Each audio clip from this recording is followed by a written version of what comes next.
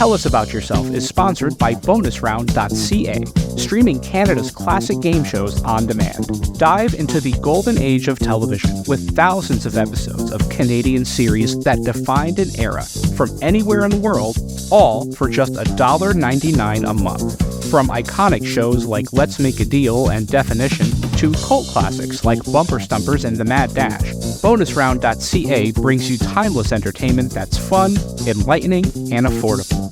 For less than the price of a cup of coffee, relive the magic of Canadian television history. Subscribe now at bonusround.ca for $1.99, download the free Bonus Round app on iOS, Android, and Roku, and turn every night into Game Show Night. By Game Show Forensics.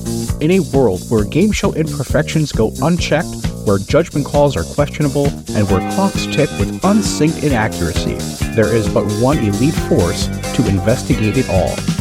Armed with the latest in atomic electromagnetometer and gas chromatography mass spectrometry technology, Game Show Forensics is always on the case. Join Robert McKee and his elite squad of game show scientists as they dive headfirst into the most absurd depths possible at GameShowForensics.com.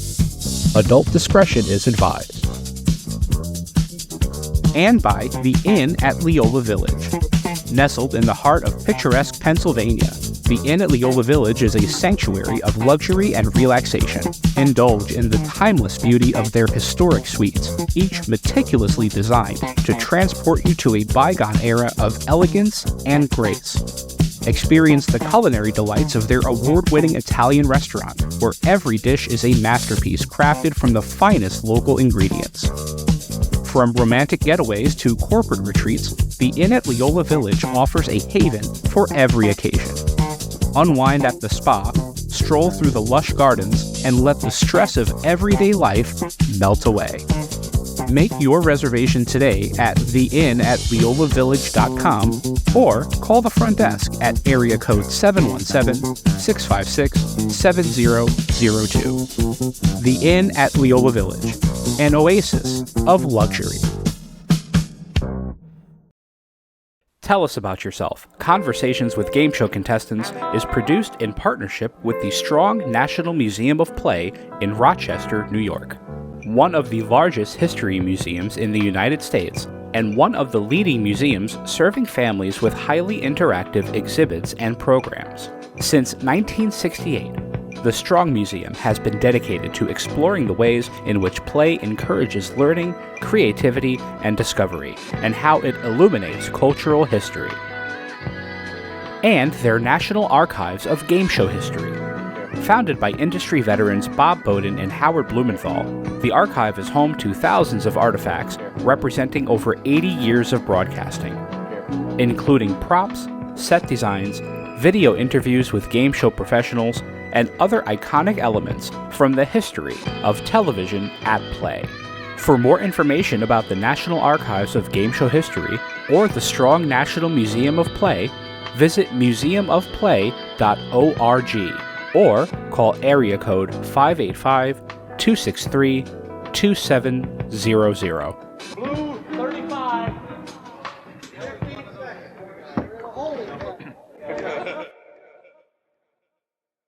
Tell us about yourself, would you? Tell us something about you. For any new viewers, why don't you tell us again about yourself? We've met before, but let's meet again. Tell us about What yourself. else can you tell us about yourself? Perhaps you'd fill us in again and tell us about yourself.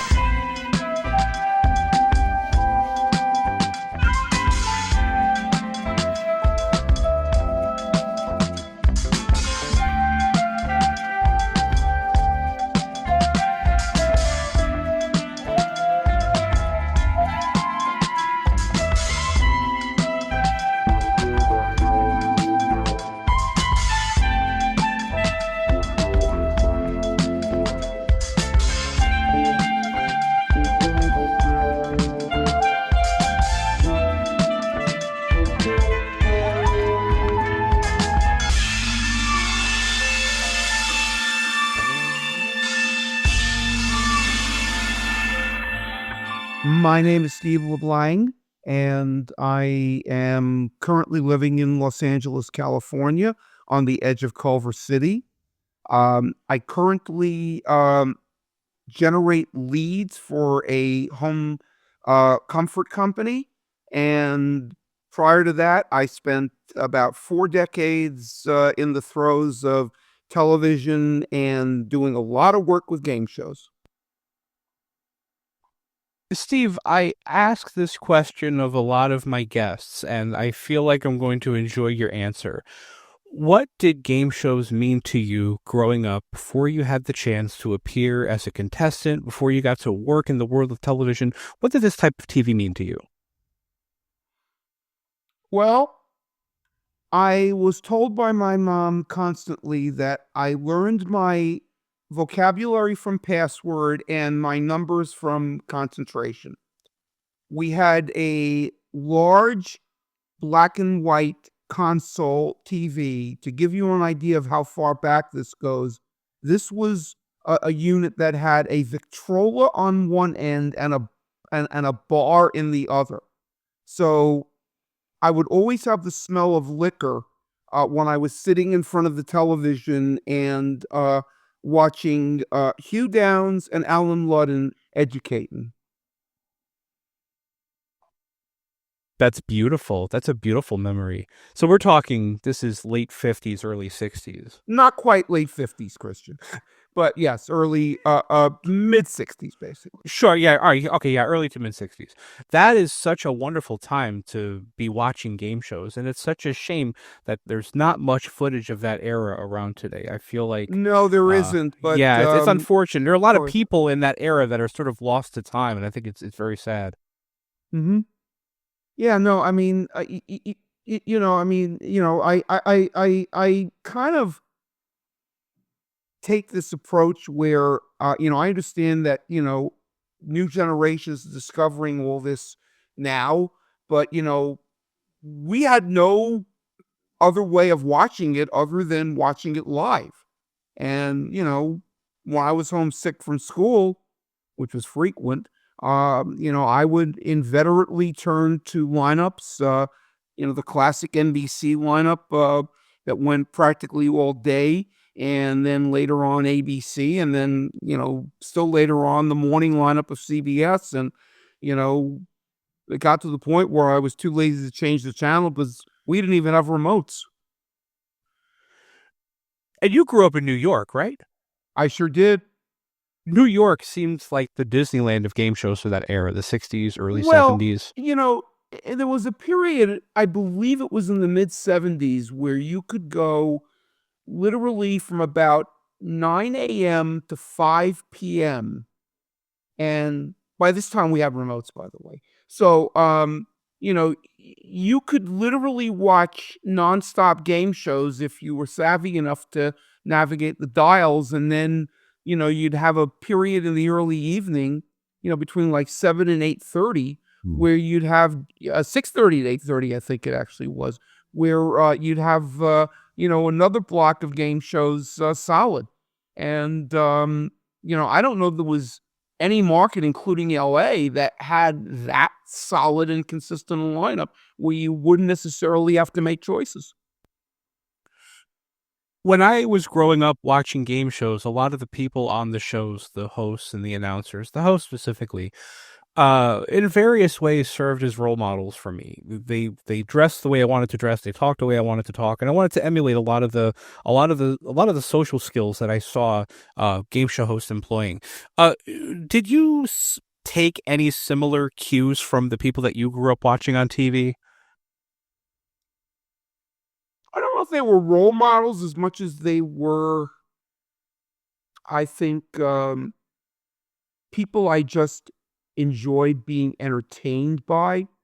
I remember distinctly, we had a neighbor who actually went on Sale of the Century. It was just after Joe Gargiola took over as host. So when she came back from the city and said that Joe was the host, it was like breaking news. And I remember her describing, the studio and, the environment. And I remember her snarking at the fact that,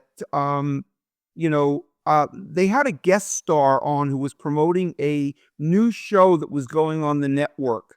And it just happened to be Bill Cullen promoting 3 on a Match.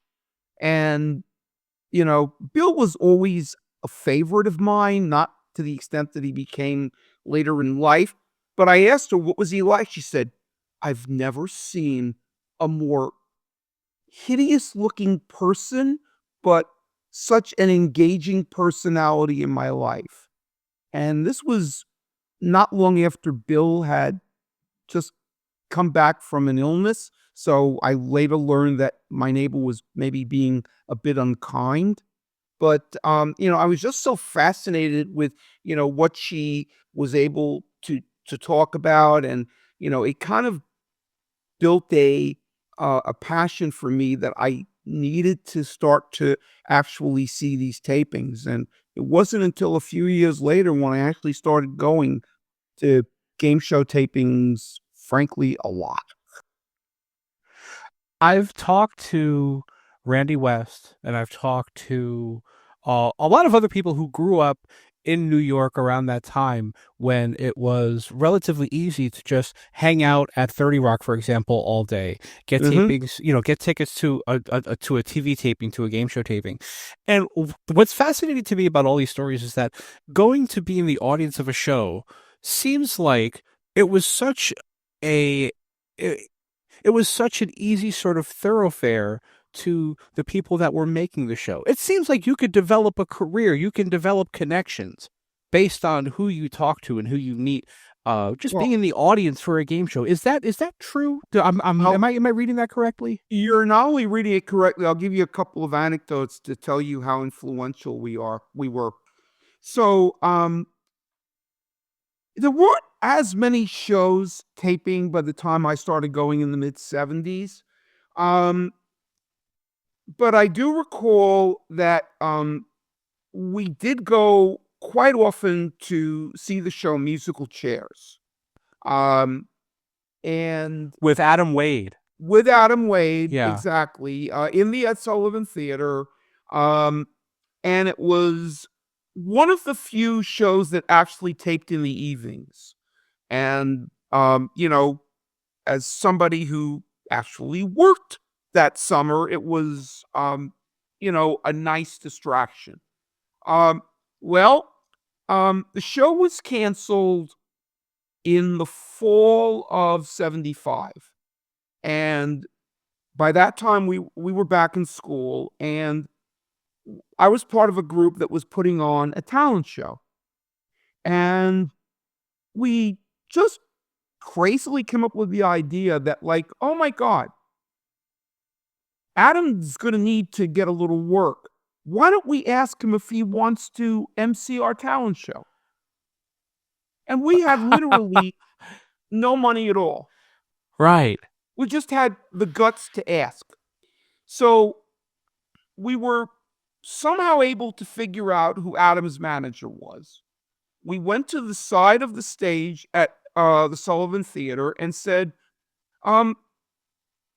this may be a crazy idea, but we're with a high school in Queens where we're pretty sure that Adam's popularity would sell out the show.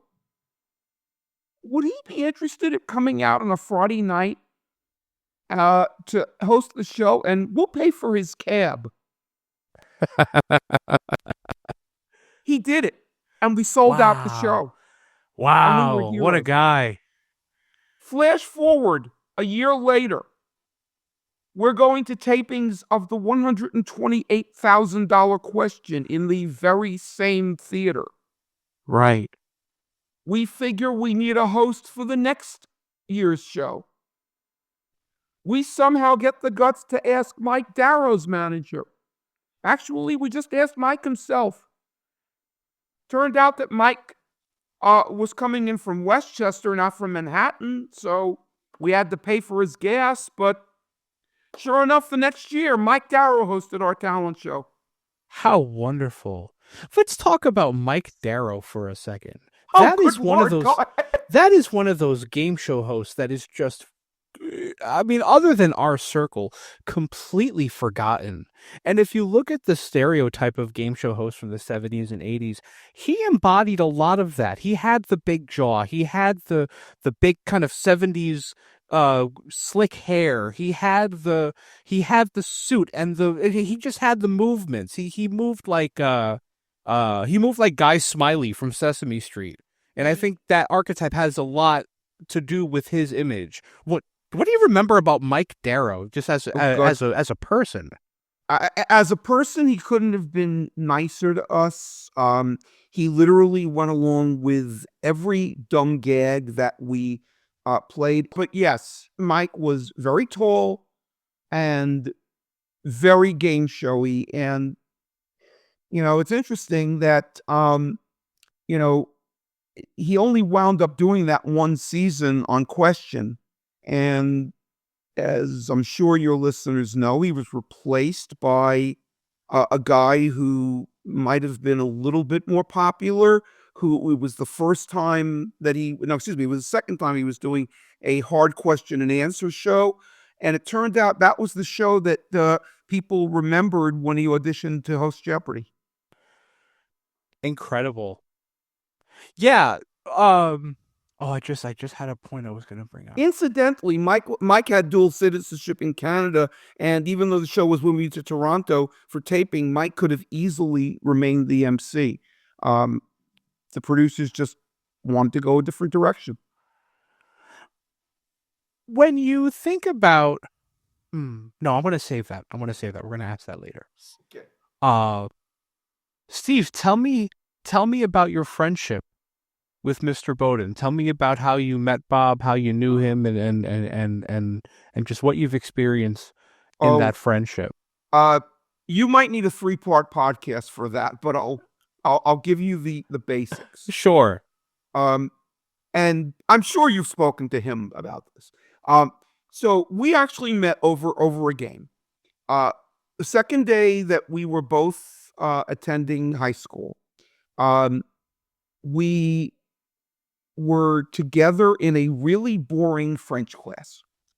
And I had a habit when I was bored of breaking out the New York Daily News and just trying to keep myself entertained. And I happened to be doing that day's jumble puzzle. The scrambled word game that... Yeah, sure. Yeah, exactly. So I hear this similarly sized person talking about going to game shows. And I don't know him, but he seems like somebody who might know how to help me with a word I was having trouble unscrambling. So I turn to Bob and I say, "Can you help me with a jumble?" And I don't think we've stopped talking since. Oh, wonderful.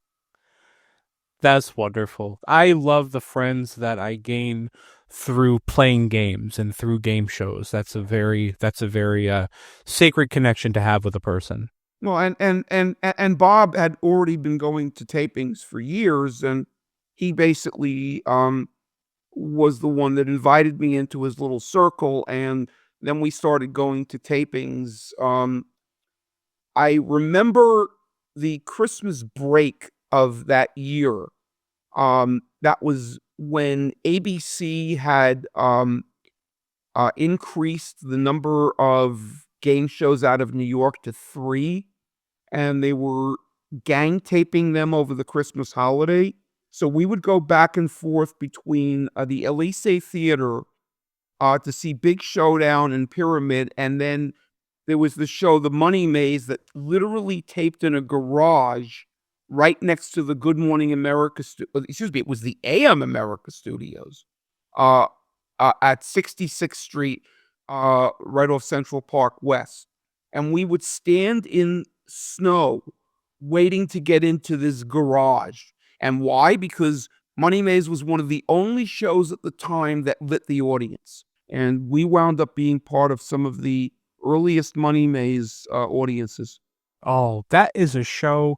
The Money Maze is an object of my fascination. I had an interview lined up about a year ago, and I lost touch with them. But a couple who won $10,000 and a fur coat on the Money Maze in like April of '75 or something like that. Right around this, it was a couple months before the show ended. What a fascinating show. Well, And well, for them, the beauty of it is that you got to stay for multiple tapings, and I distinctly remember watching these hapless union shop people who had been doing Broadway show setups, trying to rearrange the maze between tapings. And they used these, hard plastic walls, and they would, have somebody shouting out where to move the walls and make sure that they were secured.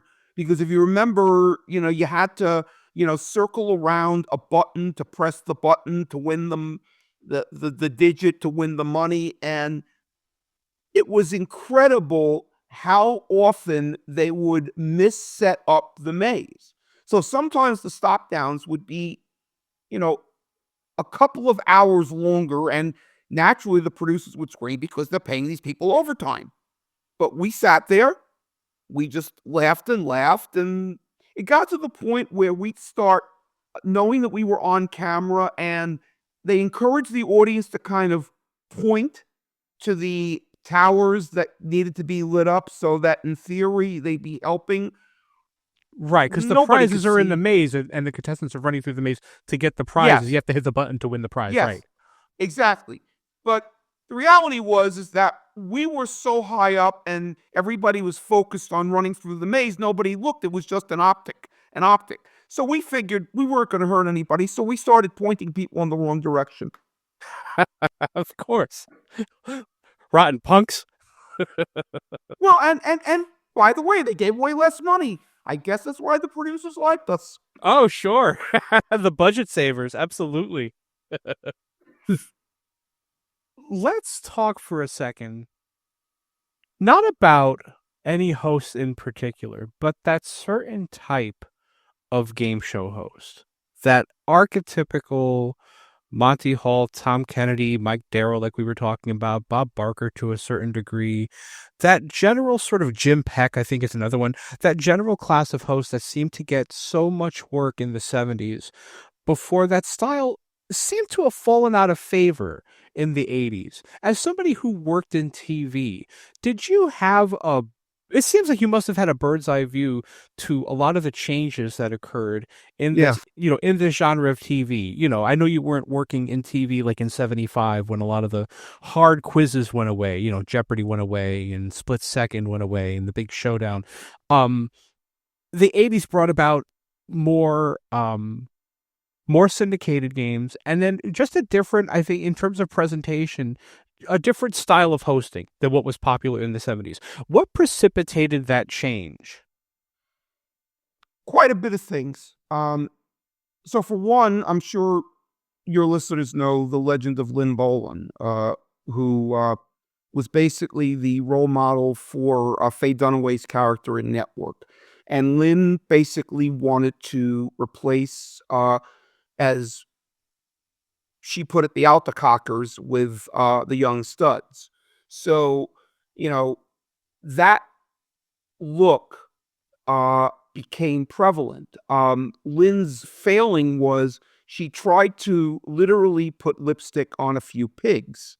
So you'd see these, somewhat ridiculous sights of, Dennis James with mutton chop sideburns and Bill Cullen wearing a leisure suit. And they didn't play very well. But at the same time, she did find, younger talents that, had the look. And, out of that, you got Jeff Edwards, who we got to see because, he was the one young stud that was commuting to New York to take the shows, and Jim McCrell. And of course, this, Canadian guy with a mustache named Alex Trebek. And I would say that look was what people in the TV business remembered most, so that when it was up to the decision makers at TV stations that I later worked with, that's who they saw as their archetype host. They didn't necessarily, want the older MCs. They would gladly take a show with their name, but they didn't necessarily want the look. That's one reason that Jim Peck got so many jobs, because Jim had kind of both things going for him. Right. That's fascinating. What was I just about to say? I'm fascinated with everything you have to say, Stephen. I feel like I have like an hour and change to get like 40. I got all the years time worth in the world. Well, I appreciate it. Let me just. I'm listening to you and I'm losing track of what I wanted to ask. No worries. Okay. I remember 2007, the transition from Bob Barker to Drew Carey. And with that transition in host came a transition when it came to the set of the show. It had famously looked the same for years and years and years, to the point where it was sort of like that. It was that last bastion of old school kind of 70s game shows. Price is Right always looked the same. They gradually started updating the set. The music was updated. They went to HD, new games, new models. The models are talking now, all these changes. And then I'm thinking about what you said about the kind of the old hosts versus the young studs. And when you talk about that, and Lynn Boland and NBC in particular, I think of Jeopardy and Concentration specifically, because those were two shows that, like The Price is Right at 07, stayed looking the same way past their prime. If you watch an episode of Concentration in 1973, they're still using an organ to play the music. And you could switch, and the puzzles are still in black and white. You could switch to The Price is Right, and it was already a year into that format with Bob Barker. It was what it was, competing against a show like Concentration. Anyway, this is a long way of asking. Don't dismiss the rest of that lineup either, because that kind of also forced Lynn's hand in the look of the show. Do remember that all three of those shows were among the first to regularly use chase lights, and to all come from, Hollywood studios that were larger and, more vibrant. That is true. It wasn't just The Price is Right, but it was the aesthetic of that type of show. Yeah, Gambit was another one with the synthesized music. Joker's Wild was a massive slot machine. Even Baffle was the first one to use neon lights. I mean, that was a milestone in set design. That was one of the first that Lynn had ordered. And by the way, Dick Enberg fit that model too. Oh yeah, he certainly did. He was a great host, absolutely. He was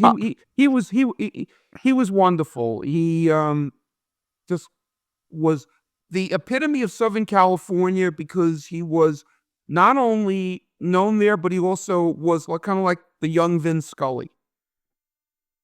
Yeah, he was super smooth. He was great with the contestants as well. I really liked Dick Enberg as a host. So what I was going to ask, I'm talking about transitions, and there was such a massive outcry when Drew replaced Bob, and it was never going to be the same. And you know all of it, because you're a veteran of these wars, the way a lot of us are. Was there that much of an outcry in the 70s when TV began changing?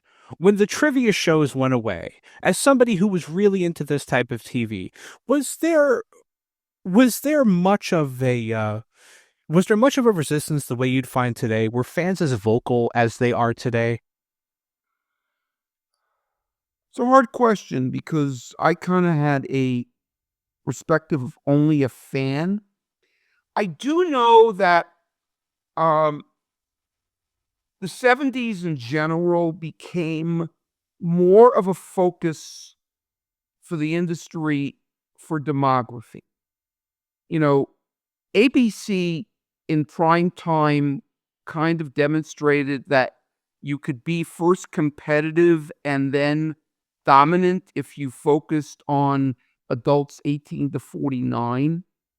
And I think by extension, daytime kind of followed suit. And it was first in the early morning lineup where, they competed with the Today Show with, what eventually became Good Morning America by focusing on that. And then, I think the ABC daytime lineup, and I do know a good deal about that because I eventually wound up working with some of the folks that, had put it together, also took the same approach, that they knew that they were, a third place network for the most part, but they also knew that they could more effectively compete for um, higher priced ads by focusing younger. And I think, when they found some degree of success with Pyramid, they built around that and cast accordingly. And that's why you got, again, the Jim Pecks, I dare say Nick Clooney fell into, that mode. If you look at all the attempts that they made to try to surround it, um, you know, prior to Family Feud was like that. And then ultimately when Feud clicked, that's when they really were able to establish that. And again, at the time, Dawson fit the mode of, a younger and, more dynamic MC.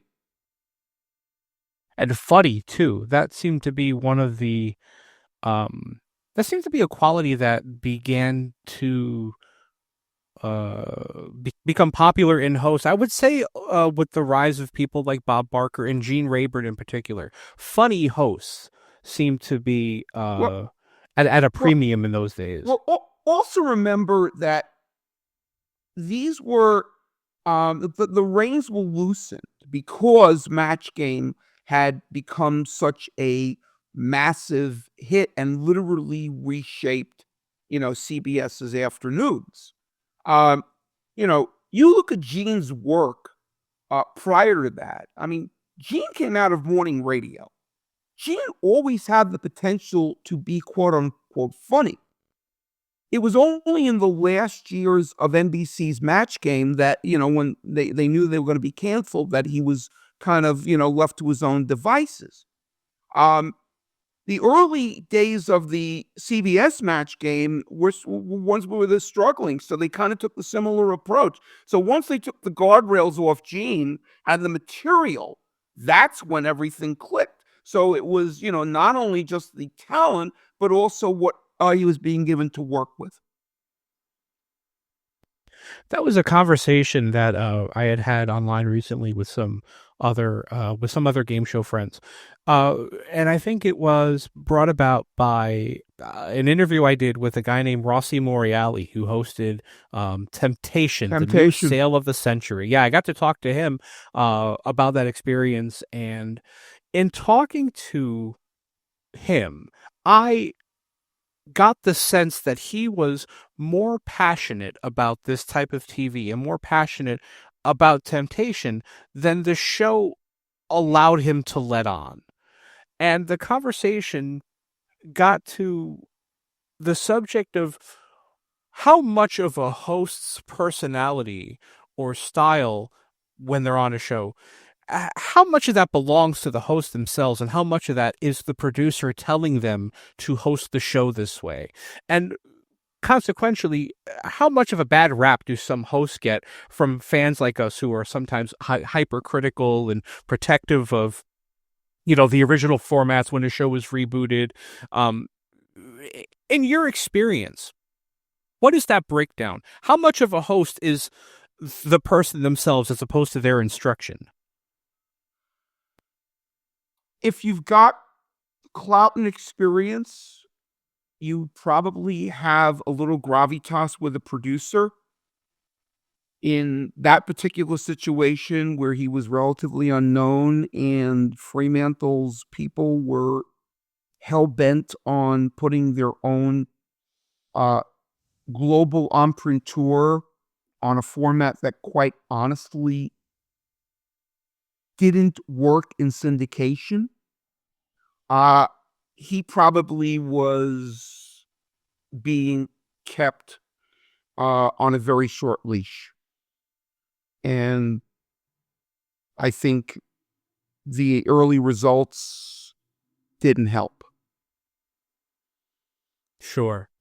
Yeah, and I would agree with you that it doesn't work in syndication. A show like Sale of the Century, the drama comes from somebody being on the show for 7, 8, 9 days in a row and amassing all this money and being able to buy more expensive prizes. You really lose the momentum when Right. it's in syndication. Not to mention Well- the budget really wasn't what it should have been for a show called Sale of the Century. Well, and the other thing you have to remember is that when the show was most popular, both in the U.S. in daytime and in the U.K. and Australia in early evening, number one, there was a lot less competition, and number two, people watched more frequently.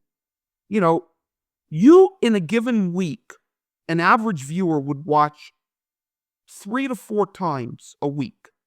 And if there was something exciting going on, like somebody building to a big lot, that would be more frequent.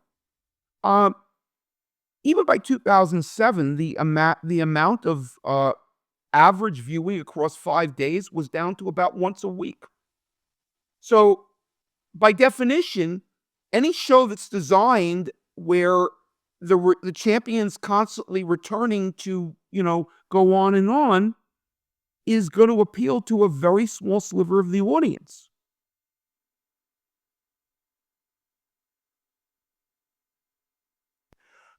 Right. And Sale of the Century seems like a show or a format rather that is very codependent on that particular demographic tuning in. I mean, it's a shopping show. And I think even the new version, they shoehorned in like a kind of QVC thing where you can call and buy a prize or something like that. The show was designed by executives who were obsessed with the concept of turning low ratings into profits. There was an initiative that was going on at those stations when Fox took them over to bring in revenue from overnight quizzes that involved interaction. And Temptation was seen as a gateway to that. Okay. Stations look at dollars far more than they look at content. And I think their attitude is, if I know that I can make money without necessarily having to get an audience, I'm ahead of the game. Doesn't always work out that way. And I think in that case, it was just kind of the blind leading the blind. That's a great point that you make, and I think it's one that's lost among a lot of the hardcore game show fans, because it seems to be very difficult to please all of us, even some of the time. But the point that you make about network executives or executives in general looking at the dollars more than they're looking at the content. I think that because we romanticize this type of TV so much, because we have such an emotional connection to it, because we love it, we think it's fun and we want to get involved with it ourselves, we tend to look at it as art. And I think that game shows, when they're done correctly, even when they're done incorrectly, are art to a certain degree.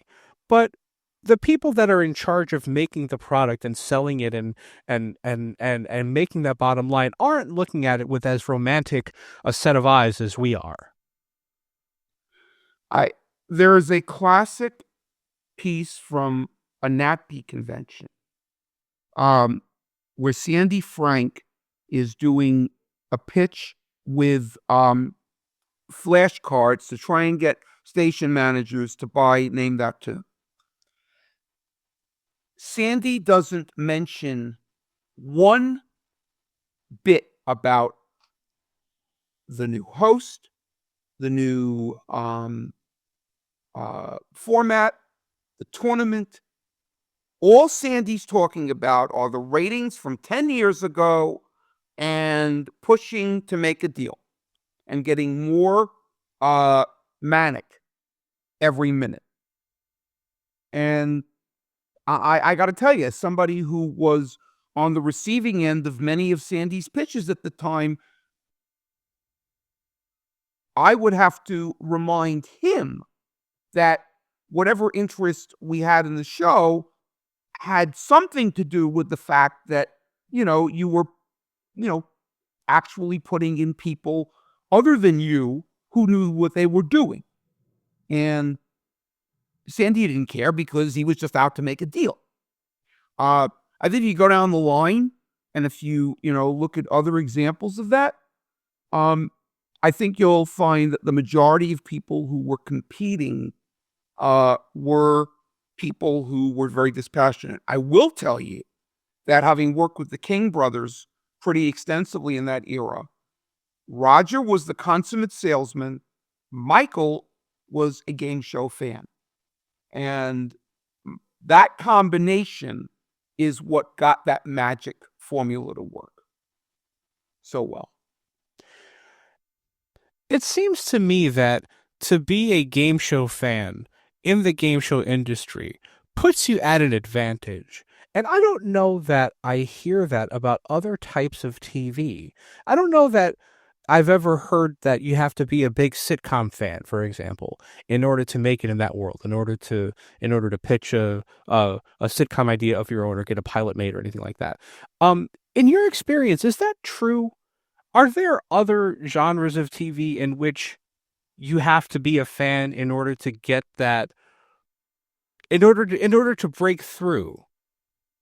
I have to tell you,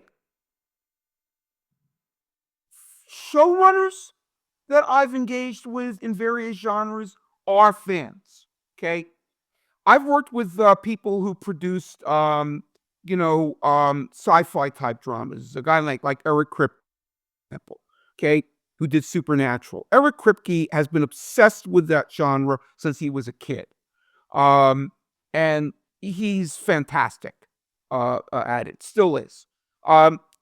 People who grew up in comedy, who were obsessed with comedy, who who knew pacing and formats, were some of the most successful and frankly some of the most collaborative comedy people I've ever worked with. People who came up with stand-up, who wanted to do variety shows, are like that. And again, in game shows, I think fans have, made it. I mean, forget me and Bob, for example. I've spent enough time with Michael Davies to know that, the only difference between, us and him is that, he grew up a continent away and in slightly better, conditions. Fred Silverman, grew up a television fan and he wound up running 3 networks. I think if you have passion, and I think if you have literally been, wanting to do something since you were a kid, and then you're astute enough to actually learn the mechanics of it, those are the people that tend to rise to the top. And I don't know that there's too many examples of it now. But the ones that I do know of tend to be from areas other than game shows, with the exceptions that I've noted. Right. Steve, give me a little bit of context for your contestant appearance in 1979. Where were you? How did it come about? How did you get the opportunity? And what did it do for you? Oh, boy. Okay, so as I've established, I was kind of obsessed with Pyramid, and Pyramid happened to tape in New York. And when I was finally old enough to audition, I made the trek down to their offices and got to the second phase. And as I later learned directly from Bob Stewart himself, I wasn't booked because I was too good.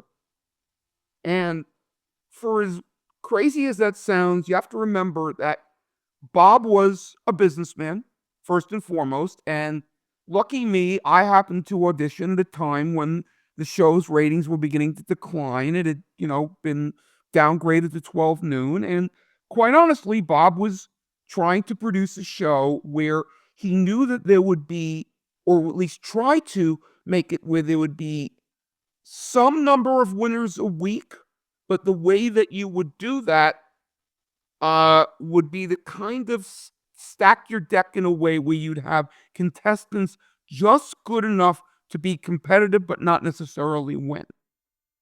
So I never got booked. Flash forward. The following summer, my grandparents moved to California. And I finally get the opportunity, after years and years of dreaming about it, to go to the West Coast and, most importantly, have people to stay with. And it just so happens that summer, CBS has just put on this crazy new show that defies explanation, with this material that only a real game show nut can figure out. And it's got this nutty title called, and it's got these huge display ads and the classified ads of the Los Angeles Times, along with the smaller ads for all the other shows that, people knew about at the time, like Card Sharks and, whatever. Yeah. Concentration. So, in any event, I respond to the ad. And I go down to this office building on Sunset Boulevard, and I meet the staff of J. Wolper Productions, Bud Austin Company. And it was literally like we had found our lobster. They saw in me somebody who was young and manic, and as I watched the show, as it evolved, I learned that I wasn't the only one that got cast that way. Right. And I later learned it was because Jay and I had more in common than we thought. We were both these rotund game show geeks from Queens that just happened to be passionate about, weird material. And, I learned then, as I later learned working with him, that, the summative story of Jay is, I'm sure you'll see how this game works as we go along. I was just, weird enough to have figured it out. So, they schedule me. I'm spending about 6 weeks, in that summer in LA, spending time with my relatives. They book me literally the last Friday before I'm supposed to go back to college. At the time, they had a rule where a male contestant had to play against a female contestant. And what do you Just say so they? happens Was that that on the my network or tape the show day- itself? What was that? What do you say they had a rule? Was that the network or the show itself? No, that was Jay. Okay. Yeah. And just so happens on my tape day, some guy kept winning and never could win the grand prize.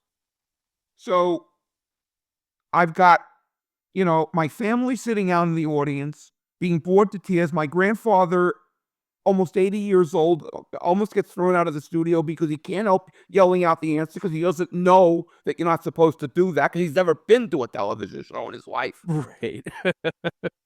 You know what? And- We should really quickly explain just how the game works. What you answers? can't explain that game quickly. I'll at least explain the material. The rest of it we'll save for the next episode. But at least the material. Everything was centered around a category in each round, right? And each quote unquote question was a statement with a word missing or changed, and you had to identify the word that needed to be changed in the statement. Is that more or less correct? Yeah, as Jay said, we've got categories like Jeopardy, but nothing like the question and answers that they do. Right. Yeah. Right. Yeah, the game kind of reminds me of like Jeopardy and football. You're running up the board, the other player's trying to block you and keep you from the end zone. Mm-hmm. Yeah, and the other difference was, as Jay constantly reminded us, is that the values increase from left to right. They don't increase from top to bottom. But by the way, it was no coincidence that the values were 10 to 50 like the original Jeopardy. Right, sure.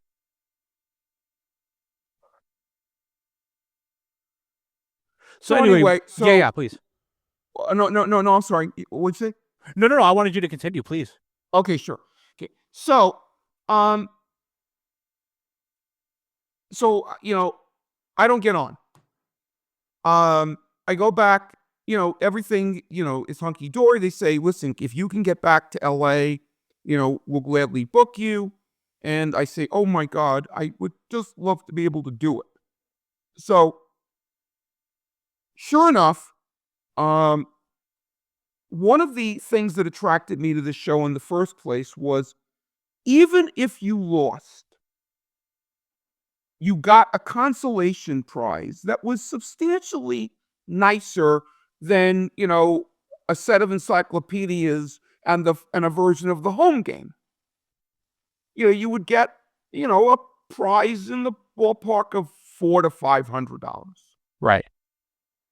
So I'm thinking, okay, if I need to come out on my own dime, the worst case scenario is I get the consolation prize, I sell it in the penny saver, which I learned was a lifeblood in Los Angeles, and I at least break even. So, after a couple of phone calls to the staff where they tell me that there was a technician strike and that tapings were backlogged and blah, blah, blah, blah, blah, they finally say in early October, hey, we can book you, potentially, because they obviously can't commit to it. Can you fly out? Now I have to come up with a $400 plane ticket to fly from Syracuse, New York, through St. Louis to Los Angeles. Wow. That's where Mr. Bowden comes in. And, in those days, you could buy a ticket and leave it at the counter for people. And that's what he did. So I was in debt to Bob for $400, and I flew out. And while they couldn't promise they'd book me, they knew I was making an effort. So they picked me to go on, which I think was the first opportunity to go against a female champion of that tape day. Right. And I know your viewers know the rest. And if they don't, all they have to do is search on YouTube for the happiest man in TV history. Oh, good Lord, yes. Knock down those cardboard characters, huh? No trouble. From 1 through 10, walk out, go home to Oswego University with $25,000. They'll have a ticker tape parade for you in the whole bit. Sure. Okay, why not? Now let's figure out how much time you have. You get 60 seconds plus 1 second for each $100 you earned in playing the game. So between charging and blocking, you earned $400, which means you have your basic 60 seconds plus an additional 4 seconds for a total of 64 seconds. All set? Piece of cake? Of course it is. You take your position, and I will take mine. 64 seconds on the clock. The gauntlet and the clock will begin with the first bell. In the comic strip, Dagwood is always asking his boss to give him a ride. A raise! The Oscar-winning song for 1966 was called Born Naked. Free! Eric Knight wrote about a famous collie named Fido. Lassie! In The Wizard of Oz, Dorothy's last name was Garland. I don't know. Hill, I don't know. The McCoys carried on a terrible feud with the Hatracks. Hatfields! In Greek mythology, Argus was the giant who had 100 cameras. Eyes! Bullwinkle is a moose and his pal Rocky is a boxer. Squirrel! Cuba's leading export is raw propaganda. Tobacco! Irish playwright John Synge wrote the Playboy of the Western movies. World! The national hockey team from Chicago is called the Black Sox. Hawks! The scandalous Oscar Wilde wrote The Importance of Being Discreet. Ernest! The official language of Brazil is Brazilian. Portuguese!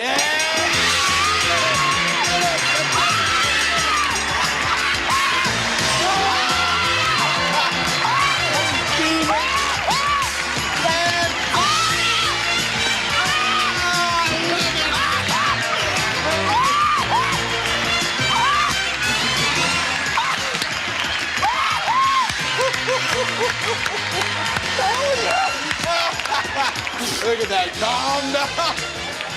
How did they know? How much time did he have left over? Anybody know? How much time did he have left over? You had seconds. How many? 12 seconds he had left over. That is what I call a win. Steven, you're something else. When do you graduate? May of 1981. In 1981, you're going to enter the broadcasting field. Anything that'll take me at this rate. Could you use a few bucks to help you get through the rest of college? A couple, maybe. A couple. But it just so happens you're taking with you from this show $25,400. Outstanding. Put it there. Thank you very much, Tom. Thank you, everybody. Want to say hello to your friends back there? Pushing, we did it! There you go. Yeah! And we're going to be two more contestants on right after this. There he is, our champion. Ta-da!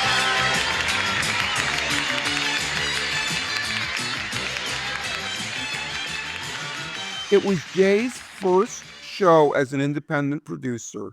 Jay had an extremely close friendship with the guy who most people see as the villain of CBS Daytime, named Mike Ogans. I worked with them both years later, and I know how close they were. And pure and simple, it was an opportunity that wouldn't have arisen had anyone else been in charge of that network, and had they not wanted to at least try something different other than, yet another show from, Goods and Todman. Sure. Yeah, and when I think about Jay Wolpert, I mean, that is one of the true creative voices of that era of game shows. I mean, there was, again, nobody doing stuff the way he was doing it. It was almost, it almost had a surreal quality, the stuff that he used to make. Well, I think about... Jay's work on Price is Right with those wacky showcases and, putting Johnny in costume and, developing all those themes for everything. I mean, Jay was practically doing Carol Burnett sketches in the showcases, spoofing films. And, Jay, left to his own devices, look, the man wound up becoming a screenwriter later in life. I mean, he was brilliant. Sure, way beyond Monte Cristo, right? Monte Cristo, exactly. But again, it helps to have friends, and look, Match Game had struggled. It had lost a lot of the uniqueness and the shock value it had by the time it returned to the afternoon in the late 70s. And, I think they just wanted to try and do something that would speak to that kind of uniqueness in a Q&A format. And, the fact that Mike and Jay were friendly had a lot to do with it. And, Sure. Quite honestly, I'm not sure that another producer would have taken a chance on somebody like me, or for that matter, a lot of the other people that wound up on that show, had it not been somebody like Jay, who was show running it and surrounding himself with like-minded people. I mean, the closest thing I can see as a parallel is if, you were somebody who was good looking enough to go on the dating game when, Chuck Bowers was first starting out. $25,000 is a massive amount of money for the late 70s. What did you do with it? I know what you did you with know it, the answer, but I want you to tell the people what you did with it. Okay. First things first, I did pay for my last 2 years of college in cash. So, which goes to, and I still had money left over, which goes to show you how long ago it was. Sure. Okay. And it was a state school, so it wasn't that expensive. I wanted my own car, desperately. And I went out and I got what to me was the fanciest set of wheels I could imagine. with the money I had left over. And I drove it up to school, and the fact that I could toot around in a relatively new car, and I was living off campus, let's just say it didn't hurt my street cred. I had a roommate at the time who had a lot more street cred than I did, and he had a couple of guests over for a study session. And let's just say that there may have been a few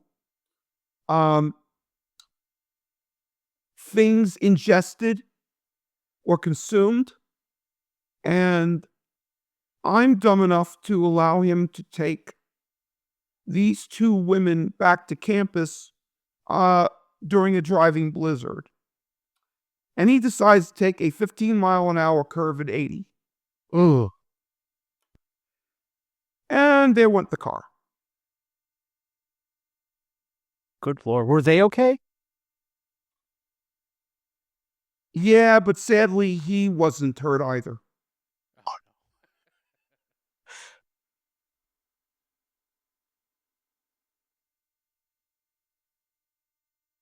So that's what I did. So that's what happened.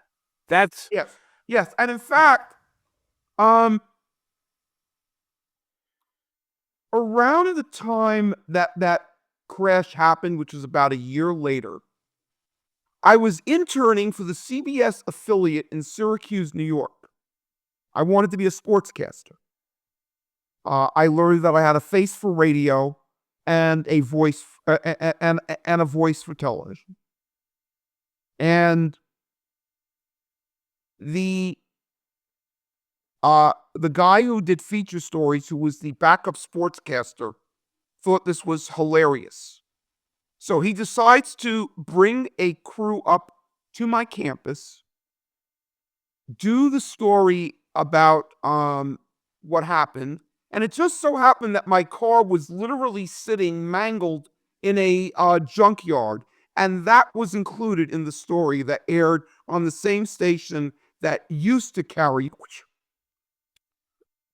Oh, geez, you could follow your whole story arc. Yeah, there's a tape of that somewhere. I sure hope it doesn't get uploaded. Neither do I.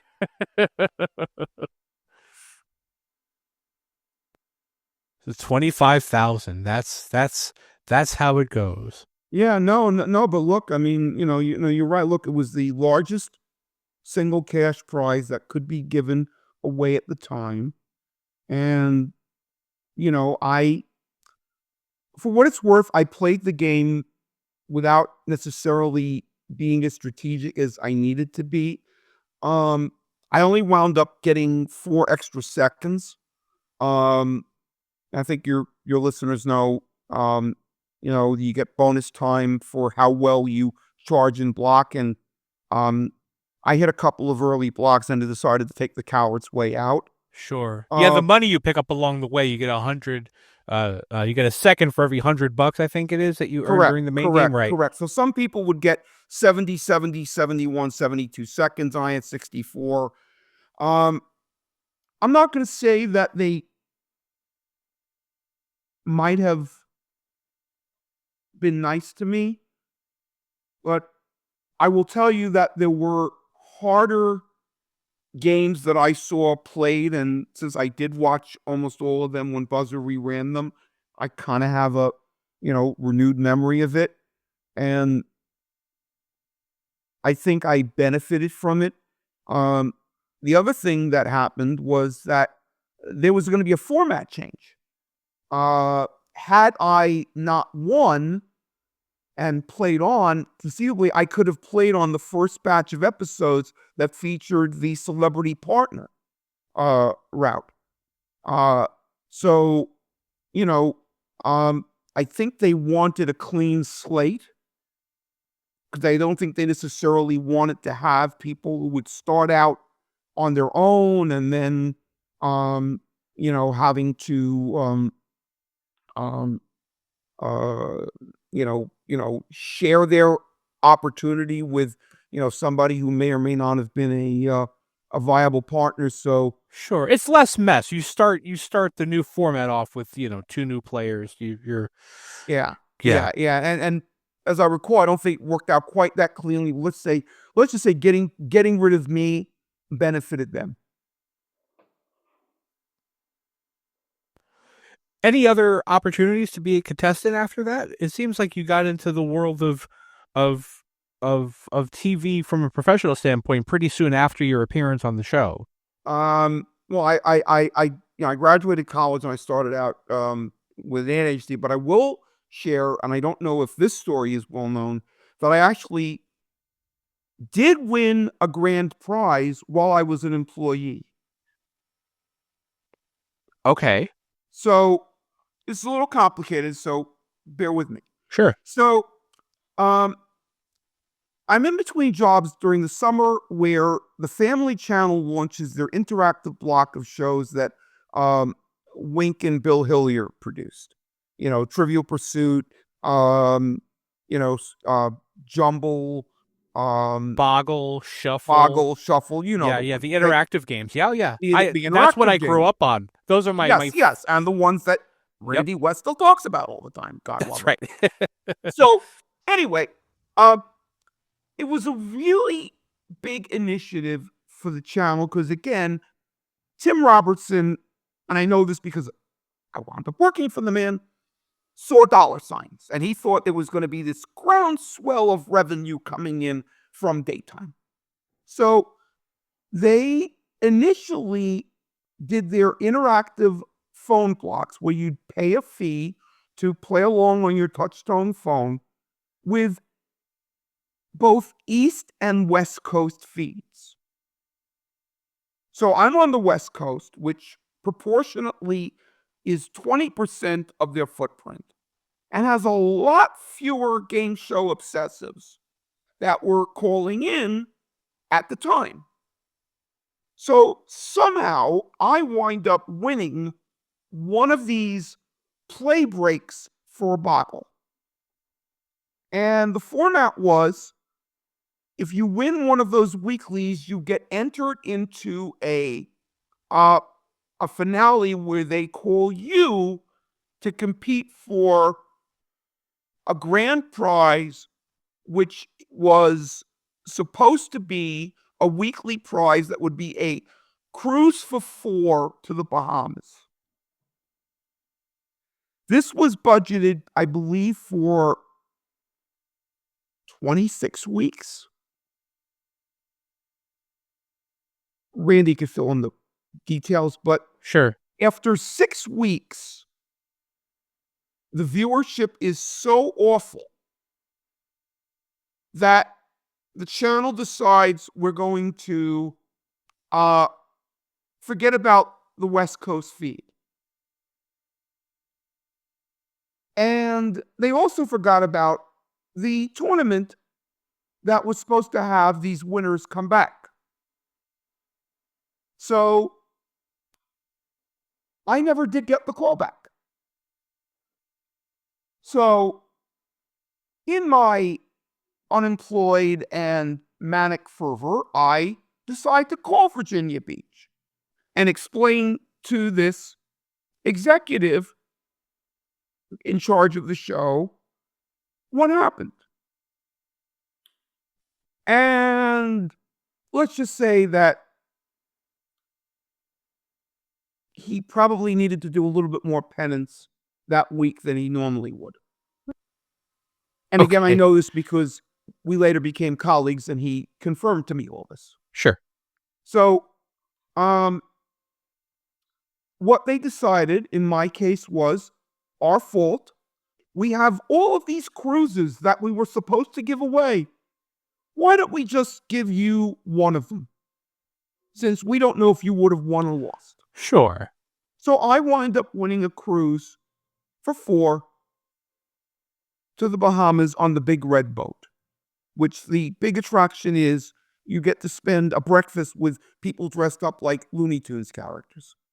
Oh, how luxurious. Oh, how luxurious. And I'm newly married and I have no kids.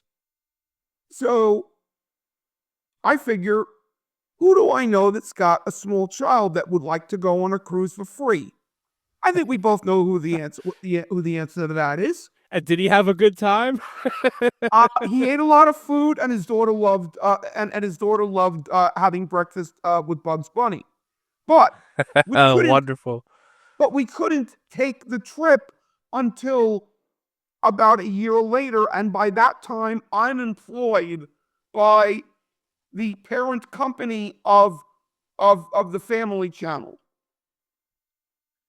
So, about 3 months into my stint as an executive there, some guy comes in for Virginia Beach that I have no idea who it is. Uh-huh. He's this big, imposing corporate finance guy, and he's sitting in the office of my colleague, who's the CFO, who's very imposing. And he pulls out this invoice for a $7,000 cruise and says, "Why are we giving this to you? Don't you know that there are rules against accepting payola?" And I explained to these lay preachers exactly what happened, and they're sitting there stone-faced, and they laugh as loudly as you, and they say, "There is no way that story can be fake, because I don't believe it." No, I promise. I won it on Boggle. And sure enough, they called the executive, Mike Courtney, and Mike confirmed everything. And for the duration of the time that I worked with these guys, and I eventually wound up learning cable because they assigned me to it. A short time after I started, they became some of my closest allies and friends. Oh, that's wonderful. What a wonderful story that is. Yeah, I don't think I knew that one. Yep. So that was my other win. Fantastic. Steve, in terms of the game show community, you're one of those people that I and a lot of others look forward to hearing. We look forward to hearing from you. We look forward to seeing that you commented or posted on stuff because you always have a unique insight into what we see as viewers and as fans. You just have that other, you have access to that other dimension where you can kind of see the other side of things. Mm-hmm. Tell me about,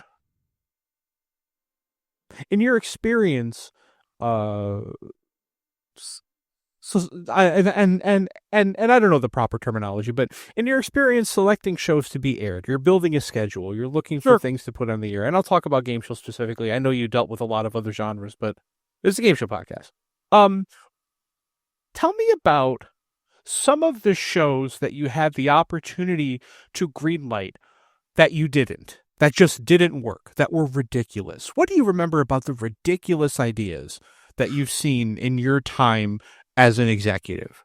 Well, I think the three that I quote unquote greenlit for Fox fall into that category. And the genesis of that was that I was obsessive enough to believe that because the networks were cutting back on their schedules, that it meant that there was a golden opportunity for local TV stations to develop their own block of shows. We knew that they would be advertiser friendly. We also believed, somewhat falsely, that there would be this underserviced audience that would be seeking out game shows as alternatives to talk shows and soap operas. And I was able to convince the folks at Fox that we would be a perfect complement to the expanded news that they were looking to do. And at the time, they were also cutting back on children's programming to make room for, local morning shows and, some other things that we were looking to do that were broader in appeal.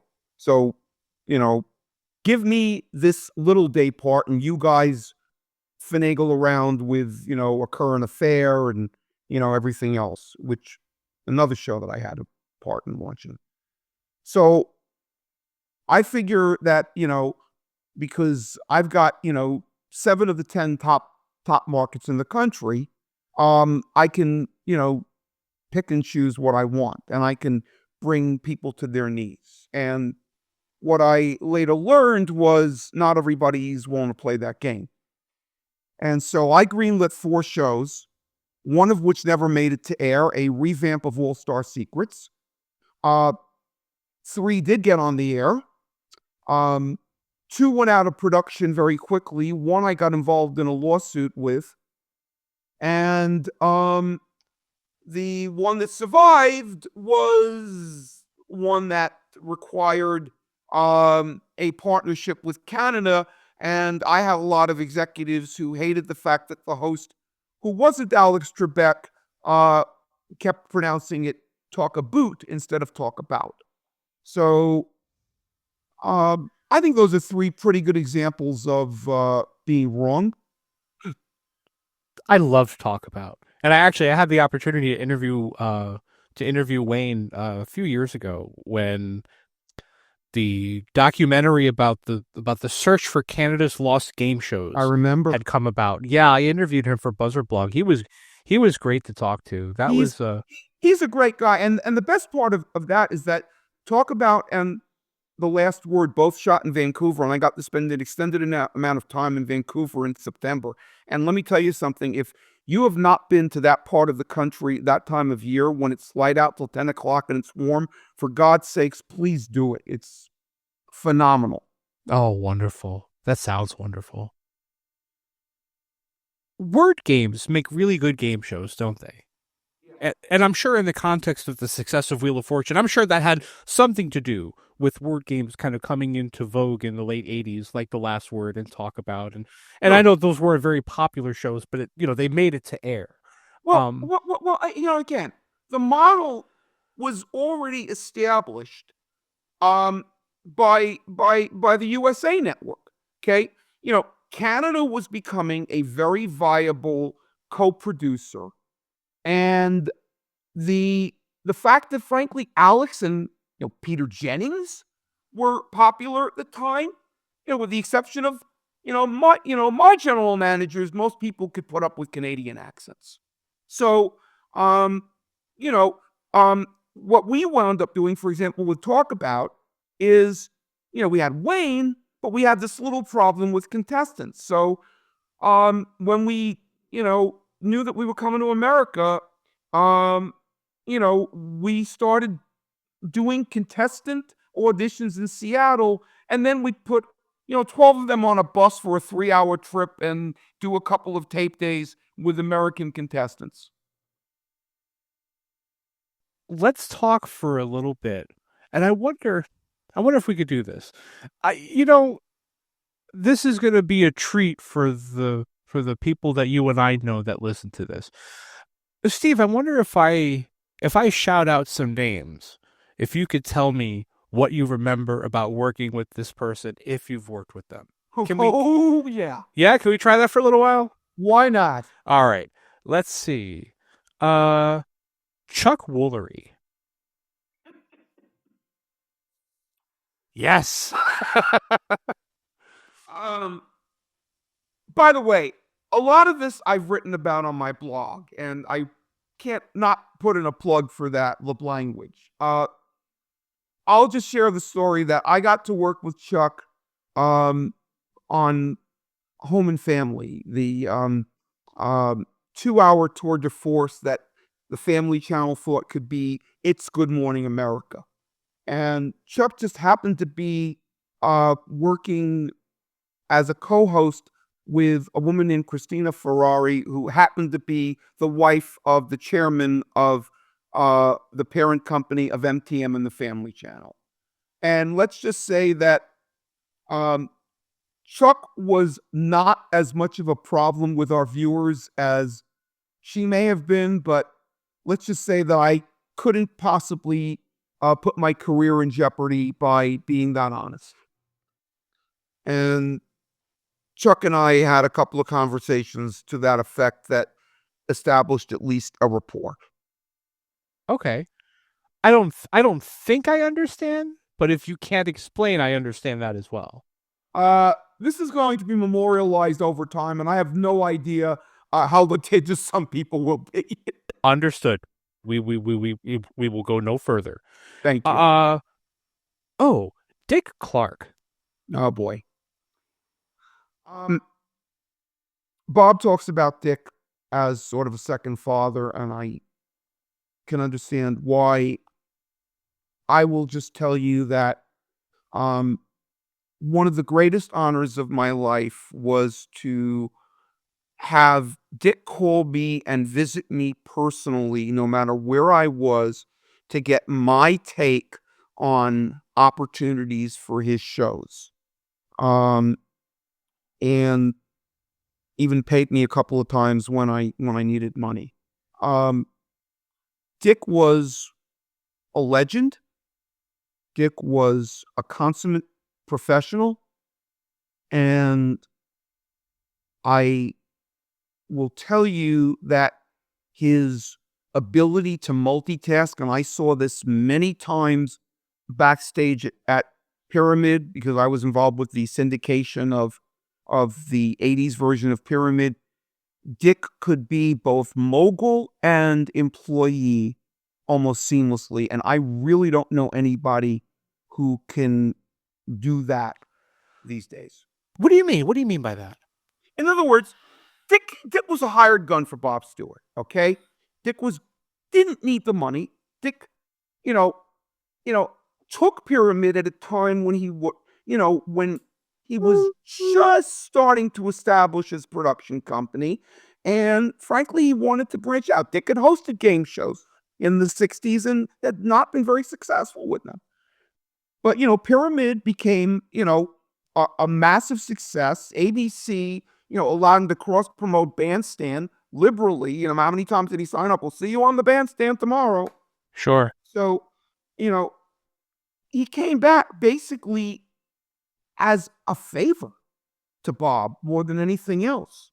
And so, by that time he's producing, everything from, the music award shows to, he's got a couple of other, shows out there. I think one time he was doing, putting on the hits, and he was, involved with conversations with people that I knew at Universal. So, when he'd be in the dressing room, he'd be running his own company. And then when he'd go on stage, he was an employee of Bob Stewart. Understood. Making that distinction between what he was in charge of and what he was hired to do. Mm-hmm. Wonderful. Wink Martindale.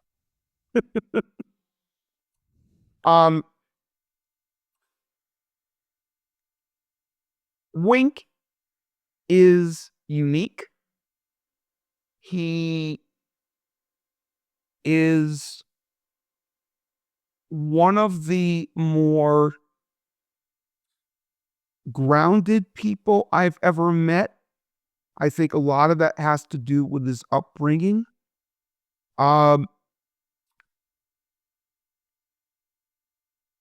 Creative, probably not one of the top, but a man of his word, absolutely. All right, we're going to try some deeper cuts here. Patrick Wayne.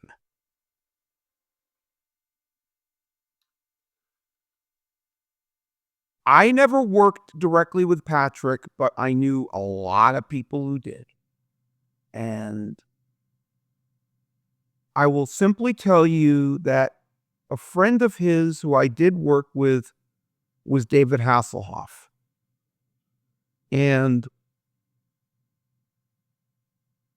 I would say the colloquial term for both of them around my colleagues was himbo.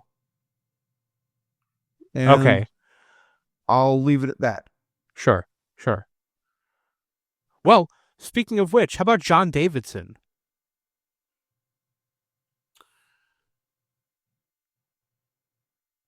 Again, only got to know John as, somebody to occasionally have a drink with at a convention. But I will tell you that I got to meet him at a Renaissance fair around the time that he was in between Squares and Pyramid. And Okay. he had put his name on a medieval board game.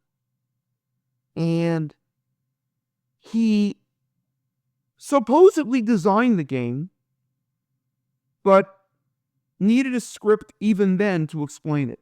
And having seen him needing cue cards to explain tic-tac-toe in the taping of Hollywood Squares, I wasn't surprised. Right. Maybe not much on a medieval board game. But with that said, John was great enough to cut a video for my best friend's grandmother, who was part of the staff at the Diplomat Hotel when they went down to Florida to shoot the 80 Squares. And he did that beautifully. And you can't say a bad word about John Davidson in my book. Wonderful. He seems like a good egg. He is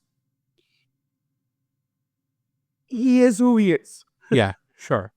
I understand. How about you? Give me one that I haven't named yet. Give me one that you might think I want to hear about.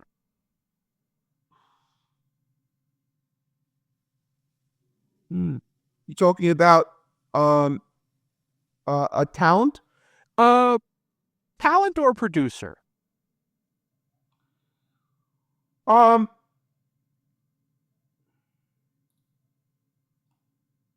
tell you,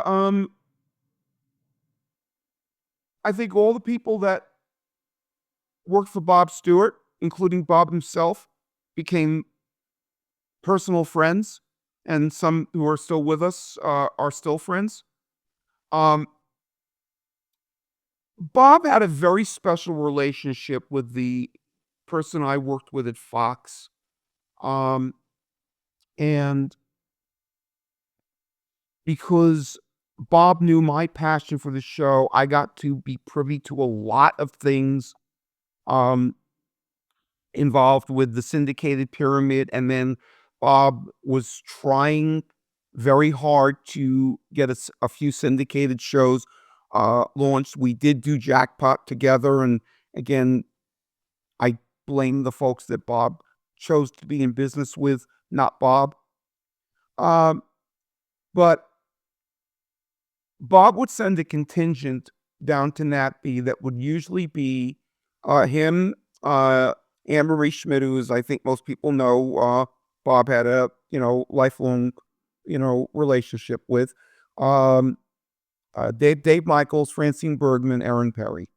All of them would go to Natby, and we would all hang out, and we just all became really, really close. And I would go to all of their Christmas parties. I would get to meet, so many other people who had been involved with the company since the New York days. And because Pyramid was so special to me, getting to be as close with them as I later did was really special. The Bob Stewart organization, just from what I've heard of how they operated, seemed to have been an unusually close-knit group of people in ways that a lot of other production companies didn't seem to be. It didn't seem like Goodson Todman had that kind of relation, that interpersonal relationship. Yeah. Yeah. And I think a lot of that has to do with the fact that, as I'm sure people know, Bob left Goodson because, the immortal, I don't want to be a prince. I want to be a king. Sure. And, I think Bob in many ways had the creative chops that Mark did. I think, certainly his ability to create shows was unparalleled. But, I think the flaw was Bob borrowed a page where he felt it was okay to copy himself. And you'd wind up getting you know, the fifth iteration of a of a word game where you had to, give a half question or, construct a sentence with one word at a time. And I probably think he could have been more prolific had he, been a bit more of what he started out be when he was a prince. And is that because he wasn't as creative as you would have liked him to be, or was No, that I him? think he was a businessman and he knew darn well that you could go into a different buyer who wasn't as savvy and probably wind up selling them the same thing. Right. I mean, you think about it, okay? He comes up with this, idea to use uh common words to replace words in a phrase. Calls it "Shoot for the Stars." Sells it to NBC in the late in the late 70s. 10 years later, he takes the same material, dresses it up a little bit, puts a few chase lights on the set, calls it Double Talk, and he sells it to a different network. Right. By the way, neither format lasted a year, but Bob got 2 sales out of it. Oh yeah, they sold. Of course. Yeah. I mean, put it this way. If I've learned anything from my own experiences of greenlighting anything, and I dare say my experience at Game Show Network was even more telling, getting anything on the air at all is an accomplishment. So I don't think anybody has the right to dismiss even failures. You can look back at it and say, it didn't work out. But, the amount of work and investment and time and money that's necessary to get anything done, honestly, very few people do it. So, I take, full pride in being able to be even a small part of even the things that didn't work. Oh, as you should. And that's an element of television and of game shows in particular that I am grateful to have gained a lot of insight into. The idea that TV is hard work. It looks like fun, and it's fun to watch, and it's fun to play, but that shit is difficult, and that's a lot of elements that have to come into that have to align in order to have what somebody might consider a rating success. But even getting a show on the air, even getting a pilot made, I mean, that's absolutely a success. That is a team of people working towards a common goal. And then try being the person who has to, kind of tell people that their baby is ugly, and try to deal with that fallout. How often does that happen? I want to stick with Bob Stewart for a second, because the insight that I have into his creative process, I have mainly from seeing what he's made that hasn't aired.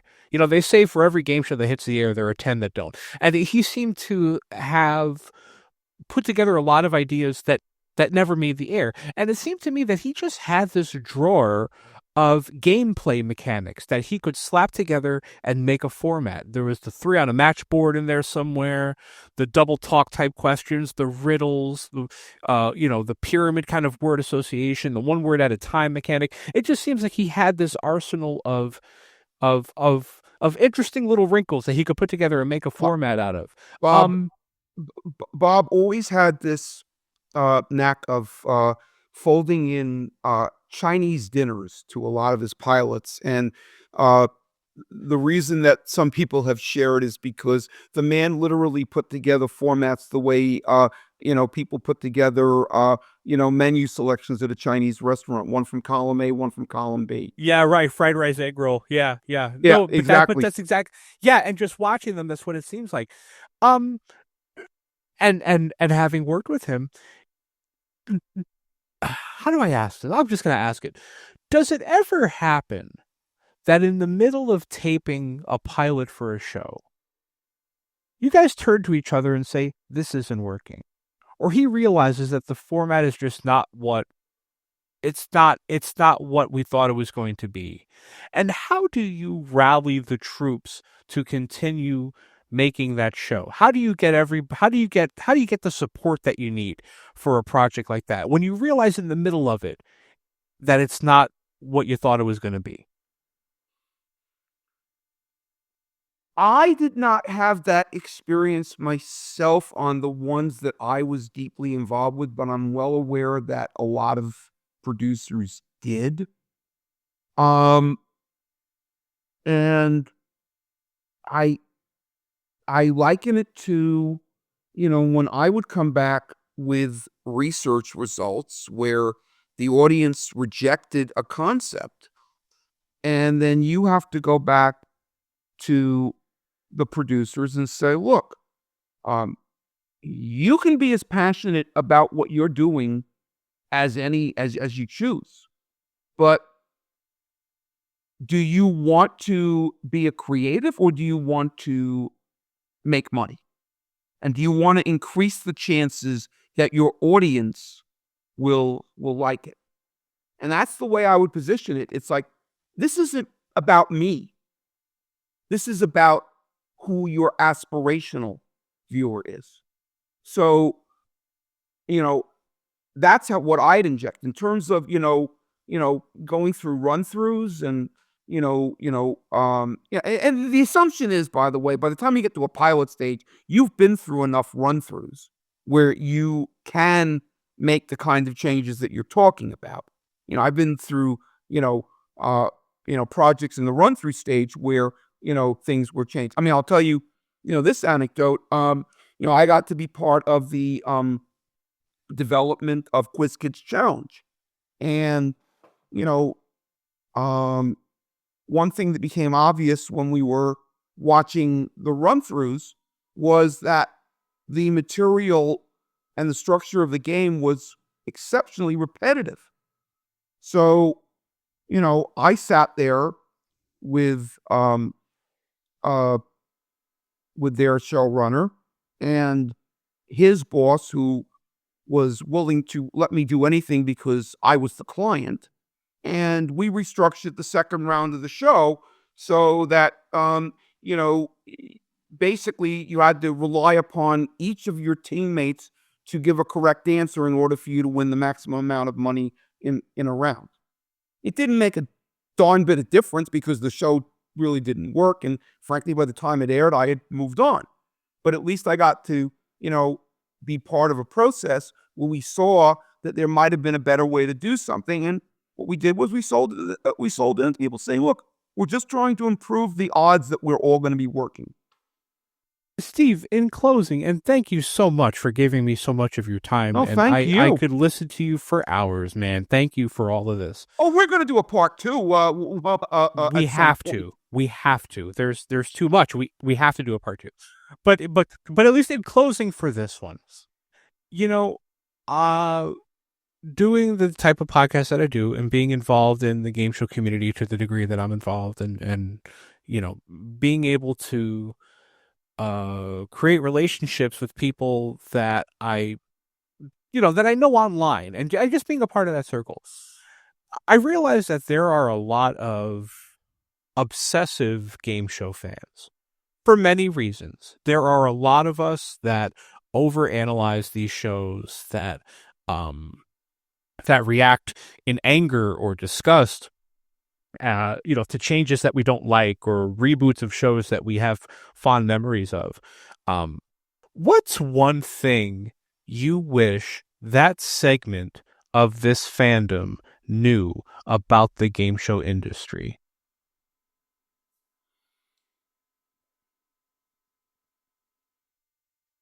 Game shows and game show networks are not your personal YouTube channel, your businesses.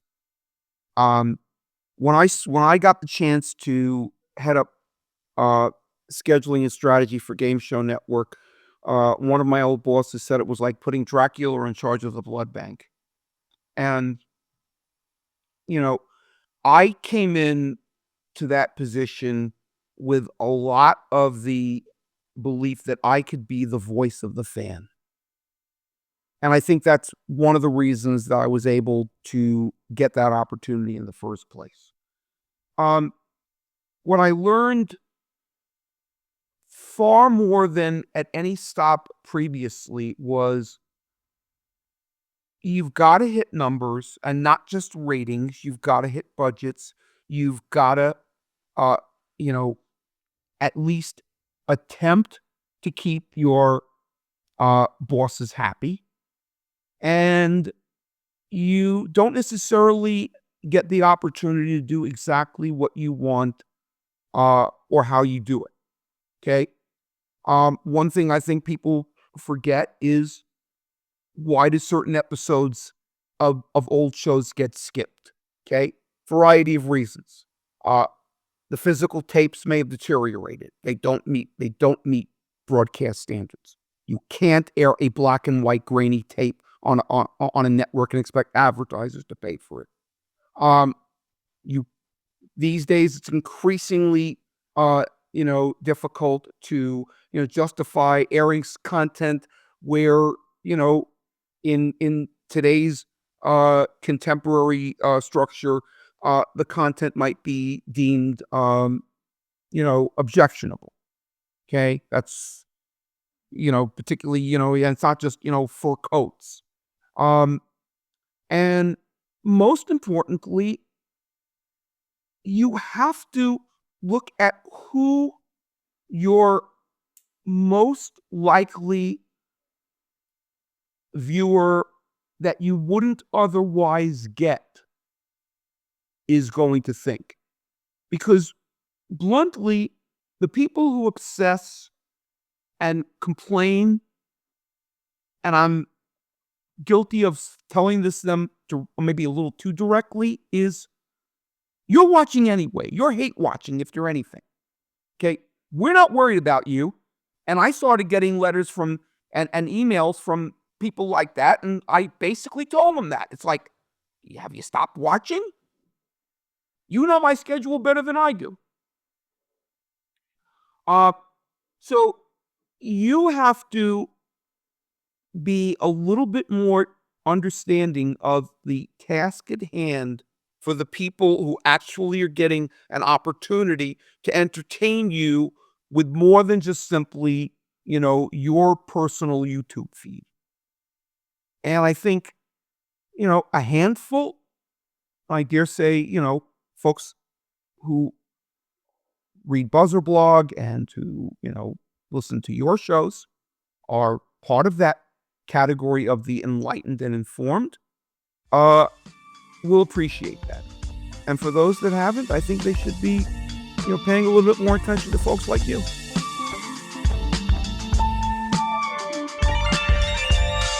Tell Us About Yourself, Conversations with Game Show Contestants, is hosted, produced, and edited by me, Christian Carrion, from my studio in beautiful downtown Lancaster City, Pennsylvania.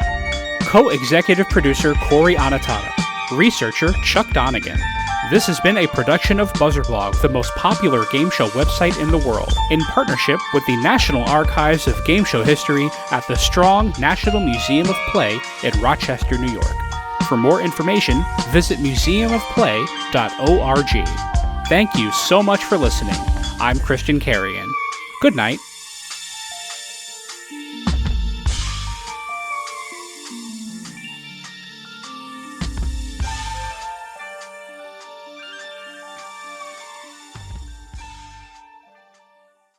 Tell Us About Yourself is sponsored by bonusround.ca, streaming Canada's classic game shows on demand. Dive into the golden age of television with thousands of episodes of Canadian series that defined an era from anywhere in the world, all for just $1.99 a month. From iconic shows like Let's Make a Deal and Definition to cult classics like Bumper Stumpers and The Mad Dash, bonusround.ca brings you timeless entertainment that's fun, enlightening, and affordable. For less than the price of a cup of coffee, relive the magic of Canadian television history. Subscribe now at bonusround.ca for $1.99, download the free Bonus Round app on iOS, Android, and Roku, and turn every night into Game Show Night. By Game Show Forensics. In a world where game show imperfections go unchecked, where judgment calls are questionable, and where clocks tick with unsynced inaccuracy, there is but one elite force to investigate it all.